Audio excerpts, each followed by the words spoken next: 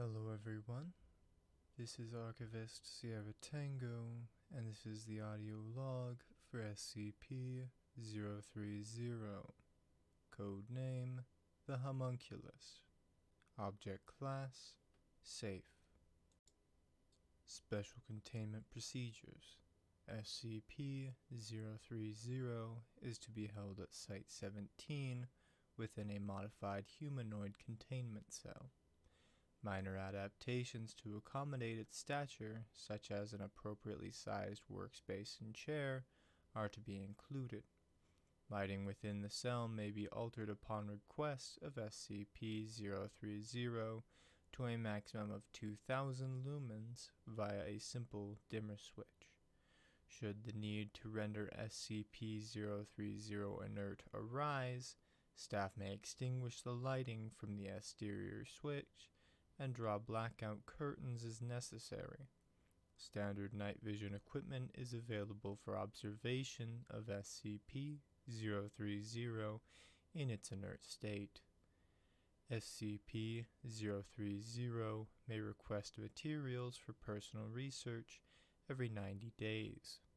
All previous requested materials are to be collected and destroyed prior to delivery of new materials. All materials are to be evaluated and screened by both research and security staff. SCP-030 is to be denied access to any modern scientific journals or texts, and fiction is to be restricted to works produced no later than 1623 CE to preserve the integrity of its innate knowledge. Staff wishing to consult with SCP-030 in writing are to place a formal request through document 030-RS/B with the supervising researcher on duty. All correspondence is to be retained. Staff wishing to consult with SCP-030 in person are to submit a formal request to Site Management.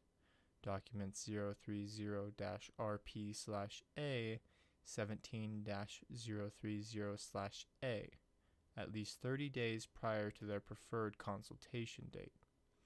All consultations are to be recorded and retained. Senior research staff may request SCP-030 be temporarily removed from its containment for a maximum of 1 hour to provide observational insight into non-restricted materials or events within Site-17. Under no circumstances is SCP-030 to leave the confines of Site-17. Requests must be presented in person to Site Management and security staff at least 30 days prior to their preferred observational release date. All observational release events are to be recorded and retained.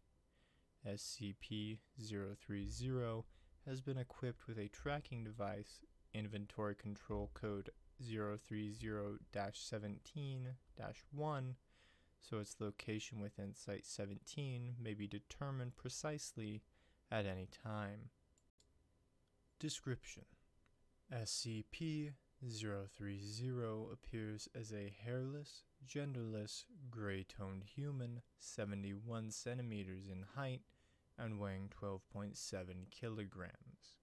Its solid blue eyes lack discernible irises or pupils and resemble small-cut sapphires. SCP-030 possesses an androgynous voice with a pronounced English accent not currently identifiable as specific to any modern region. It is able to converse, read, and write in ancient Greek, Latin, Italian, English, Spanish, and Portuguese, as well as 2 additional languages that have not yet been identified, despite SCP-030's insistence that they should be, quote, common knowledge. SCP-030 has also demonstrated knowledge of physics, chemistry, astronomy, mathematics, and horticulture roughly equivalent to that of a 17th century CE academic. In addition, SCP-030 has demonstrated knowledge on these topics along research lines that do not appear in the historical record. These alternative or entirely unknown approaches to research in the natural sciences are one source of SCP-030's utility in consultation. SCP-030 remains active while a 15-lumen source of light or greater within 1.5 meters. In the absence of light, SCP-030 becomes inert, apparently losing consciousness and showing no outward signs of life. Within 5 to 10 seconds of being re-exposed to light, SCP-030 becomes active once more, appearing to come out of a light slumber no matter how long the period of activity has been. SCP-030 does not appear to require these periods of inactivity as a human would require sleep, and has expressed a desire to remain active as often as possible. Biopsy analysis of SCP-030 remains inconclusive.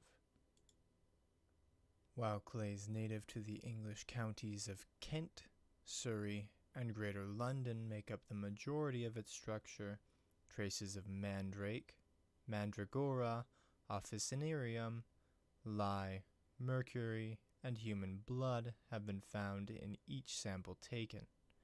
SCP-030 has expressed that a full exploratory surgery to determine its workings would potentially end its existence. Samples removed from SCP-030 do not regenerate, and sampling is currently discontinued to preserve its integrity. Although SCP-030 can be damaged, it does not appear to feel pain, and will simply remold any portion of its anatomy that experiences deformation. Notably, SCP-030 cannot be molded directly by human hands, though any number of tools may be used to alter its surface. SCP-030 does not respirate, requires no sustenance, and produces no waste, although it does infrequently request a bath. SCP-030 refers to itself as Ariel and regularly requests that staff do the same. Questions regarding how SCP-030 was created and by whom are routinely answered with the seemingly rote statement, quote, "I have been asked to forget that bit of information. Terribly sorry," end quote. SCP-030 delivers this response in the same tone and cadence each time, and any question regarding its origins or creator are presented. Given its composition and location of origin, a link to the alchemists of Alagata is suspected.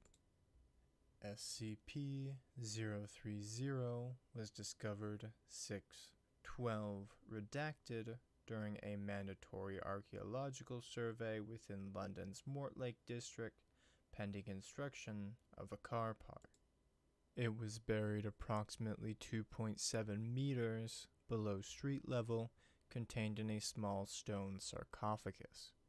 The sarcophagus bore no markings and was assumed to be that of a deceased infant, as additional graves were discovered in the survey area.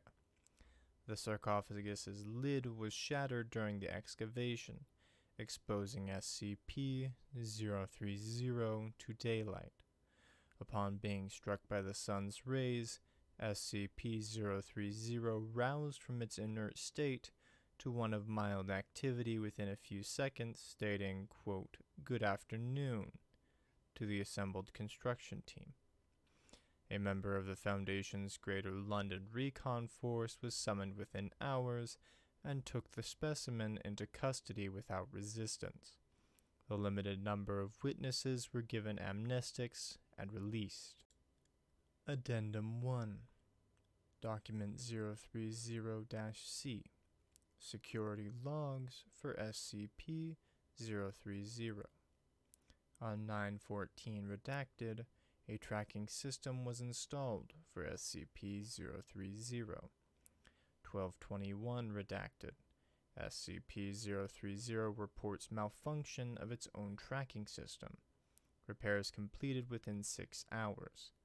SCP-030 offers to assist, but is refused for security purposes.